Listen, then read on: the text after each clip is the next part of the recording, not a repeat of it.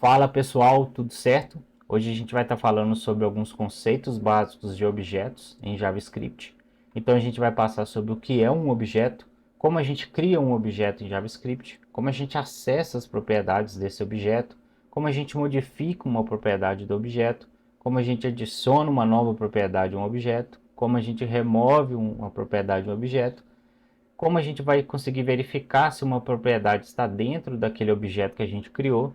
E também eu vou falar um pouco sobre como funciona, né, essa mesclagem de array de objetos em JavaScript. Então, bora para o código.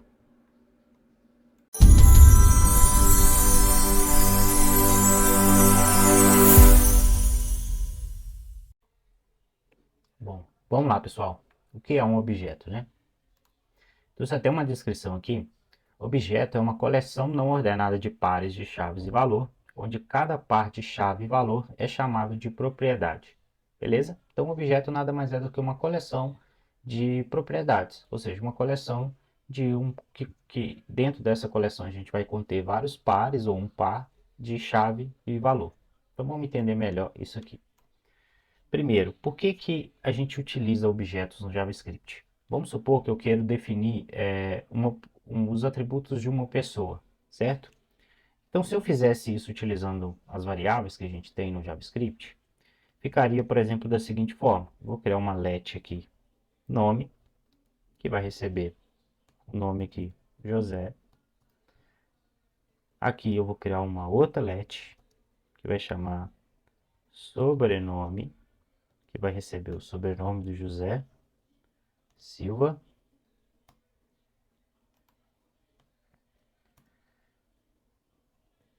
E aqui eu vou criar um outro let chamado idade, que vai receber a idade do José, por exemplo, 40. Beleza? Criei aqui, descrevi aqui algumas propriedades de uma pessoa, né? Utilizando variáveis. Por que isso não é interessante em determinados casos? Vamos supor que você tem um sistema onde você vai receber uma lista de usuários que estão cadastrados no seu sistema, ou uma lista de clientes que estão cadastrados no seu sistema. Vai chegar um ponto que se torna inviável você trabalhar com variáveis, né? Se a cada usuário que você tiver, e esse usuário ele pode ter N propriedades dentro do cadastro dele, né? Nome, sobrenome, idade, endereço, enfim, profissão, diversas coisas. Se para cada usuário você tiver que ir criando variáveis, isso se torna muito pesado para o sistema, né? Não é legal. Então, para isso que a gente tem os objetos. Os objetos são utilizados para a gente trabalhar com grande massa de dados. Então, vamos ver como que a gente poderia criar essa mesma forma aqui utilizando um objeto.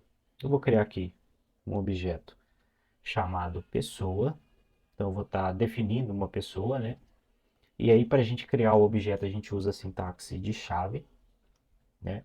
É uma sintaxe direta.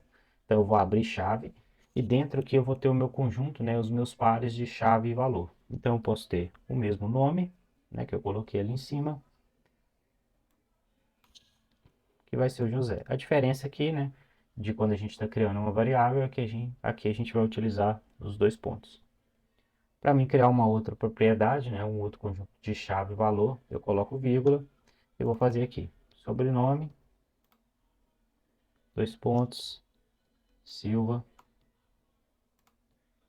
E poderia colocar aqui idade, 2 pontos 40, enfim, quantas propriedades eu quiser. Beleza?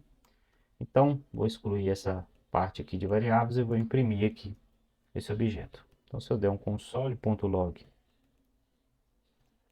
em pessoa, vocês vão ver aqui que ele já montou para mim o meu objeto. Eu tenho um objeto, ele até aparece aqui no console o tipo dele, né, que é o tipo objeto. Eu tenho um objeto onde dentro do meu objeto eu tenho as seguintes propriedades. Eu tenho uma propriedade, uma chave, né, chamada nome, e essa chave ela tem um valor José, tem uma chave chamada sobrenome com o valor Silva, beleza? Então voltando aqui para o nosso checklist, a gente já viu o que é um objeto, como a gente cria um objeto, utilizando a sintaxe, né, de abrir chaves e colocando ali dentro os nossos pares de chave e valor. Como acessar um objeto? Vamos lá. A gente tem duas formas aqui que eu vou mostrar para vocês de acessar um objeto. O primeiro é utilizando a notação de ponto Então, se eu vier aqui, onde eu estou imprimindo a minha pessoa, e colocar ponto, o nome da propriedade que eu quero imprimir, por exemplo, nome, vocês vão ver que ele já vai trazer para mim aqui. Deixa eu só arrumar aqui. Ele já vai trazer para mim aqui o José, que é o valor que está dentro da minha propriedade nome. Mesma coisa se eu colocar sobrenome. Ele trouxe aqui o Silva, beleza? Então, a anotação de ponto é uma forma de a gente acessar o objeto. Existe uma outra forma, que é utilizando a anotação de array, que aí dentro da minha pessoa, né, eu vou abrir um colchete aqui que representa array e vou colocar o nome da propriedade que eu quero imprimir. Então vamos supor que eu quero imprimir o nome. Coloco dentro de array. Se eu der um OK aqui, ele já imprimiu a mesma coisa lá. Beleza? Então existem essas duas formas da gente, né? São essas duas formas que eu estou trazendo para a gente aqui, para a gente imprimir objetos no JavaScript. Por que que a gente não utiliza somente a notação de ponto e também pode utilizar a notação aqui de array? Por exemplo, se a minha chave for de um tipo string, então vamos supor que eu tenho aqui uma string e eu vou chamar de primeiro nome. É uma string que inclusive ela tem duas palavras e ela está separada por um espaço, beleza? Se eu vier aqui agora no meu console e colocar essa string aqui utilizando a minha anotação de ponto, vocês vão ver que não vai acontecer nada, ou ele vai me retornar um erro de inválido de propriedade. Ele vai falar que a minha propriedade é inválida, porque ela não existe, apesar dela existir aqui como string. Mesma coisa se eu colocar aqui entre aspas. Continua não acontecendo nada, ele está dando um erro aqui que não encontrou, beleza? Só que se eu venho utilizar o array, ele já consegue encontrar, beleza? Então pode ser que em alguns casos você tenha que utilizar a anotação de array para imprimir os seus objetos, beleza? Por isso que eu trouxe as duas aqui para vocês. Bom, beleza. Vou voltar aqui para a forma que estava. Vou deixar comentado aqui esse console. Deixa eu só tirar aqui, deixar só pessoa. Eu vou comentar esse console aqui. Então, voltando aqui na nossa lista, o próximo ponto que a gente vai ver é como modificar uma propriedade de um objeto. Então, vamos lá. Vamos supor que eu queira trocar o nome dessa pessoa. Então, é bem simples. Eu vou fazer aqui pessoa, que é o meu objeto, ponto a propriedade que eu quero trocar, que seria a propriedade nome. E essa propriedade nome ela vai receber o novo valor que eu quero passar. Vamos supor que é Maria. Se eu imprimir aqui o meu objeto pessoa, vocês vão ver que o meu objeto já foi alterado. Ele alterou, né, o estado inicial do meu objeto, que tinha como propriedade nome José, para o nome Maria. Bem simples, né? Então vamos seguir aqui. A gente tem como também, deixa eu só dar um check nesses outros dois aqui. A gente tem como também adicionar uma nova propriedade no nosso objeto, depois que o nosso objeto já está criado. Vamos ver como que a gente faz isso aqui.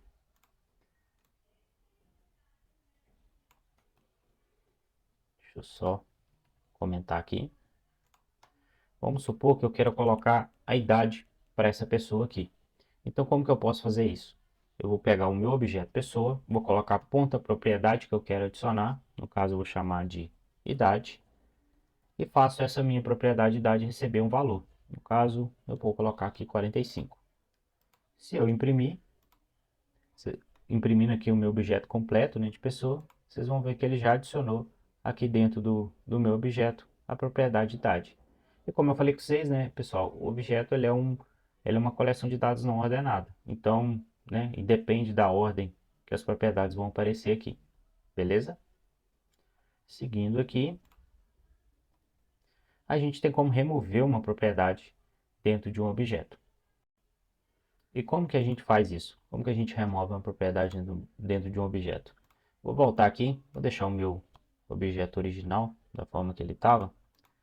Vocês vão ver que que a gente tem ainda os dois campos aqui, né? As duas propriedades, nome e sobrenome. E eu quero remover o sobrenome dessa pessoa. Então, deixa eu só comentar o console aqui por enquanto. E para isso, eu vou utilizar o delete. Então, se eu colocar delete, o nome do meu objeto, que é pessoa, ponto, a propriedade que eu quero excluir, ele vai fazer essa remoção para mim. Se eu imprimir aqui, vocês vão ver que o meu objeto agora ele só tem uma propriedade, que é a propriedade nome. Então, bem simples também da gente fazer remoção aqui em objetos no JavaScript, né?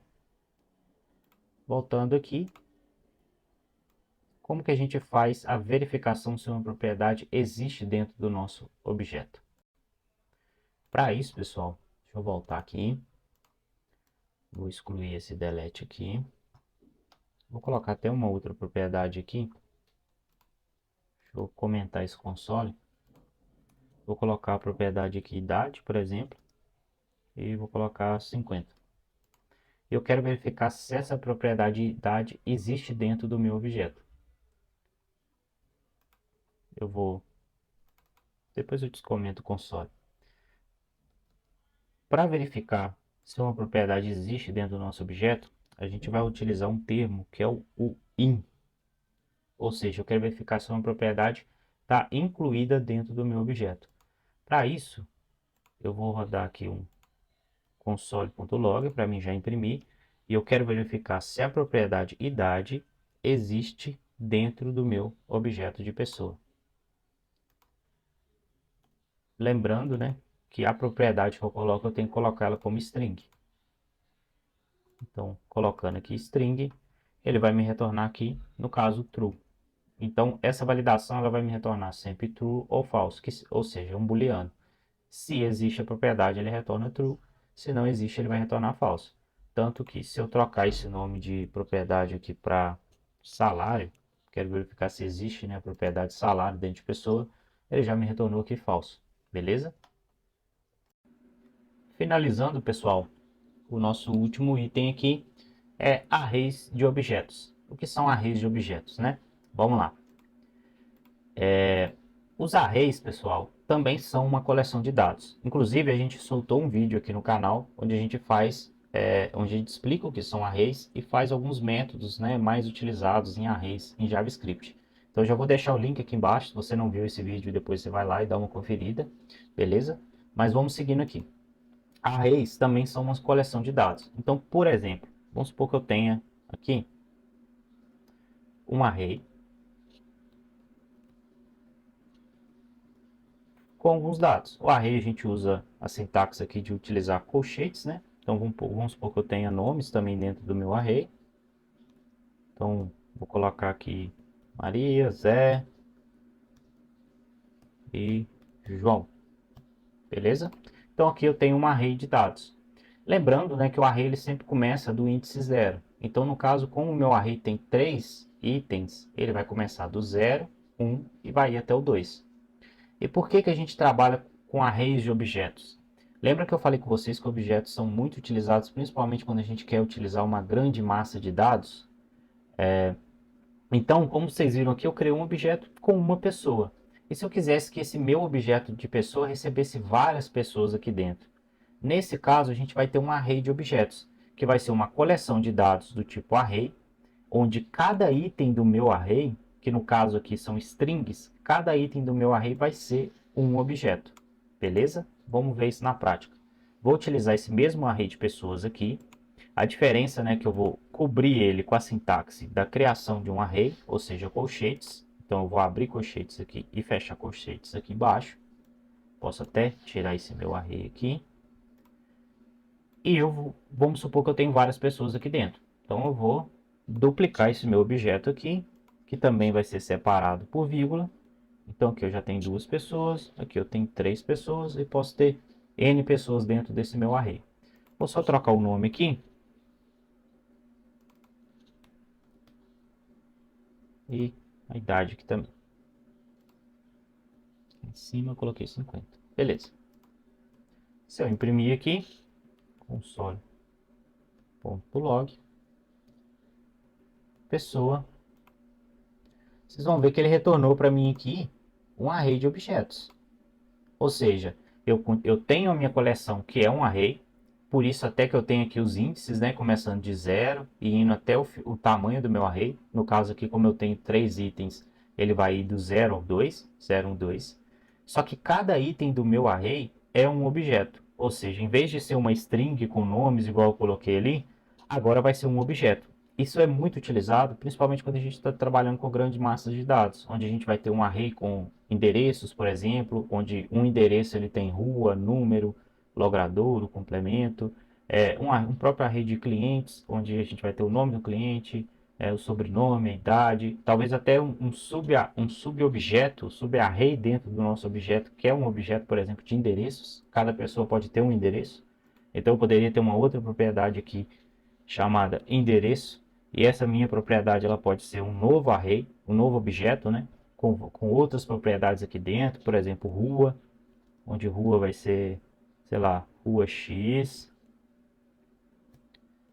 número, deixa eu só colocar aqui, número, 23, por exemplo.